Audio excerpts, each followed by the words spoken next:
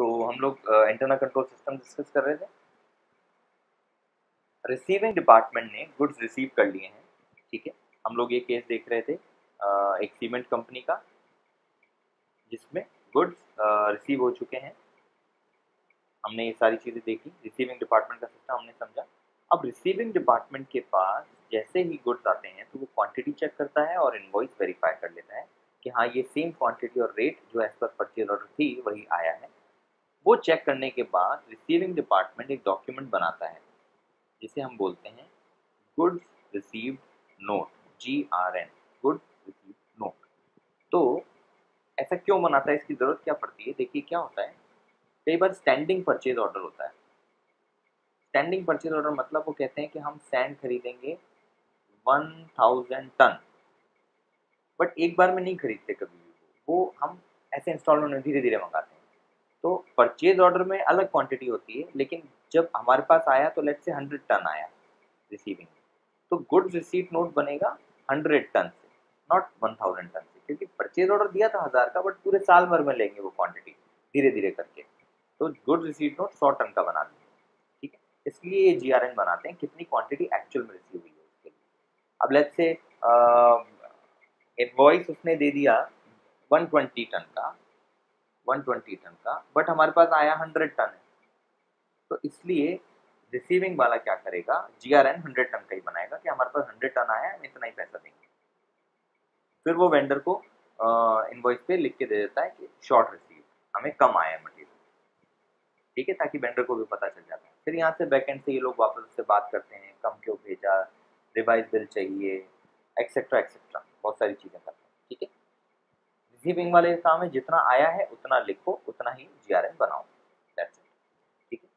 फिर उसके बाद गुड रिसीट नोट बनने के बाद receiving department invoice plus GRN plus purchase order, ये तीनों डॉक्यूमेंट्स को भेज देता है स्टोर के पास, क्योंकि मटेरियल सारा प्लस मटेरियल या गुड्स वो भी तो भेजेगा, वो स्टोर में रिसीव होगा ना, स्टोर में रखा जाएगा, तो वो सारा स्टोर के पास भेज देता है कि इतना मटेरियल आया है, हमने इतना चेक किया है, आप ले लो, करेक्ट।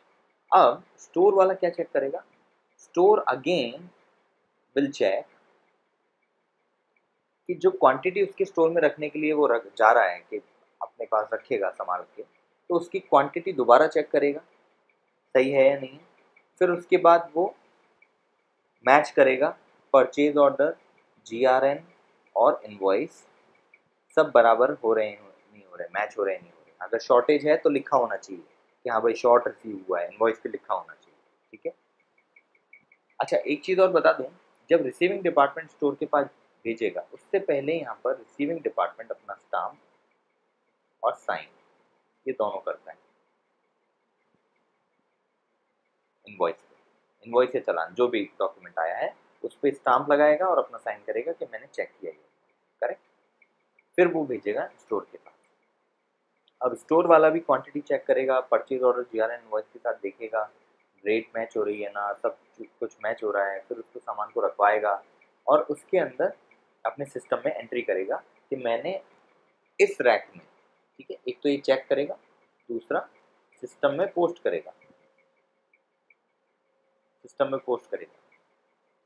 लोकेशन बहुत इंपॉर्टेंट होती है स्टोर में, क्योंकि स्टोर्स क्या है बहुत बड़े बड़े होते हैं, अलग अलग जगह फैले होते हैं, तो वहाँ लोकेशन लिखेगा कि मैंने इस रैक में इस जगह पे यहाँ पर इस स्टोर में ये सामान रखा है, वो वहाँ अपने सिस्टम में पोस्ट कर देगा। और फिर उस पर अपना स्टाम्प, स्टोर का स्टाम्प होता है, और साइन जो आदमी उसको ये कर रहा है ये लगा के भेज देगा आगे फाइनेंस डिपार्टमेंट। समझ रहे हैं आप? सारे डॉक्यूमेंट्स उसके पीछे जो भी लगा है, purchase order, GRN, invoice, everything will be sent to finance department for payments, right. अब फाइनेंस डिपार्टमेंट में आ गया। अब फाइनेंस डिपार्टमेंट क्या करेगा, फाइनेंस डिपार्टमेंट ये चेक करेगा, सबसे पहले तो ये चेक करेगा कि GRN में जो क्वांटिटी है वो परचेज ऑर्डर से मैच हो रही है या उससे कम होनी चाहिए, ज़्यादा नहीं होनी चाहिए। करेक्ट, ये सबसे पहले चेक करेगा। फिर वो ये चेक करेगा कि GRN की जो डेट है वो परचेज ऑर्डर के बाद में बननी चाहिए, यानी कि PO डेट के बाद में GRN की डेट होनी चाहिए। ऐसा नहीं होना चाहिए कि पहले गुड्स आ गए और परचेज ऑर्डर की डेट बाद में हो रही है, क्योंकि उसमें ये पॉसिबिलिटी होती है कि परचेज डिपार्टमेंट ने कोटेशंस दिए ही नहीं, उन्होंने सीधे मटेरियल मंगाया और फिर उसके बाद रिसीव भी हो गया वो मटेरियल, उसके बाद वहाँ पर वो उन्होंने कहा कि नहीं नहीं अरे ये तो अब इसका कोटेशन मंगा लो, तो बैकवर्ड काम कर रहे हैं। ठीक है, तो सिस्टम से काम नहीं हो रहा, वहाँ चोरी हो सकती है। ठीक है, इसलिए तो सॉरी, तो GRN PO डेट, GRN की डेट हमेशा परचेज ऑर्डर की डेट के बाद में होनी चाहिए, ये चेक करेगा। फिर उसके बाद वो चेक करेगा रेट्स, परचेज ऑर्डर के हिसाब से ही रेट सारी हैं या नहीं है, वो चेक करेगा। फिर उसके बाद वो चेक करेगा सबके साइन और स्टाम्प है या नहीं, यानी कि वो मटेरियल रिसीव हुआ है नहीं हुआ, राइट।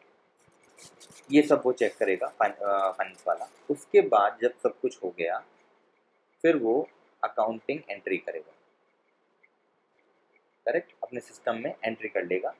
जैसे परचेज है तो परचेज डेबिट टू क्रेडिटर्स, ये एंट्री कर लेगा, राइट। एंट्री कर ली। एंट्री करने के बाद अब इसके अंदर देखिए GST VST का वो यहाँ नहीं बता रहा हूँ मैं, बिकॉज हम इंटरनल कंट्रोल समझ रहे हैं। तो अकाउंटिंग एंट्री करने के बाद ही विल साइन इट और उसका चेक प्रिपेयर करेंगे। ठीक है, तो ये टीम करती है अकाउंट्स पेबल टीम, जो हमने डिस्कस किया ना, ये अकाउंट्स पेबल टीम का काम है वेरीफाई करना। ठीक है, फिर चेक बन के जाएगा डिपार्टमेंट हेड के पास साइन होने के लिए, फाइनेंशियल कंट्रोलर के साइन होंगे और पार्टी को पेमेंट चला जाएगा। ये पूरा सिस्टम है परचेज रिसीविंग स्टोर्स का, और ये स्टेप बाय स्टेप जैसे होता है वैसे ही जाएगा। अच्छा, एक चीज़ और मैं बताऊं आपको, फाइनेंस वाला यहाँ पे एक और चीज़ चेक करता है। जब गुड्स PR PO इन सब के हिसाब से आया है, सब कुछ आया है, तो यहाँ पर सिक्योरिटी का स्टाम्प है या नहीं, यहाँ पे लिख देता हूँ मैं, सिक्योरिटी गेट स्टाम्प। यानी कि जब मटेरियल एंटर करेगा फैक्ट्री में तो वहाँ सिक्योरिटी गेट पे हमेशा हर चीज़ की एंट्री होती है और उसका स्टाम्प लगता है। तो सिक्योरिटी गेट का स्टाम्प भी होना ज़रूरी है, इससे वेरीफाई हो जाता है कि मटेरियल वाकई में हमारी फैक्ट्री में एंटर हो गया है। करेक्ट, तो ये सारी चीज़ें फाइनेंस वाला चेक करके पेमेंट बना दिया जाता है, और ये पूरा इंटरनल कंट्रोल सिस्टम होता है हमारा परचेज रिसीविंग स्टोर्स का। ओके, और ये सिस्टम ऐसे ही चलेगा, आप बड़ी कंपनी में चले जाइए, छोटी में चले जाइए, यही चलता है। और अगर कोई बहुत ही छोटी कंपनी है तो उसमें बस डिपार्टमेंट कम हो जाते हैं, जैसे कि एक ही बंदा रिसीविंग कर रहा है, वही परचेज भी कर रहा है, वही ऑर्डर भी दे रहा है, तो वो ये ऐसे हो जाता है। बाकी system is same all through. Okay, इसमें बस मैं आप लोगों को एक और चीज़ बताना चाहता हूँ, ये जो इन्होंने इतना बांटा हुआ है, परचेज अलग, रिसीविंग अलग, स्टोर्स अलग, इसे हम लोग बोलते हैं segregation of duties. Segregation of duties मतलब सबके काम अलग अलग बांट देना, और जितना ज़्यादा काम बटे हुए होंगे उतना ही रिस्क कम होगी कोई फ्रॉड होने की, राइट। इसीलिए परचेज अलग होता है, रिसीविंग अलग होता है, स्टोर्स अलग होता है, फाइनेंस डिपार्टमेंट पेमेंट करने वाला अलग होता है। सब काम अगर एक ही आदमी करेगा तो वो क्या करेगा, वो झोल झाल करेगा।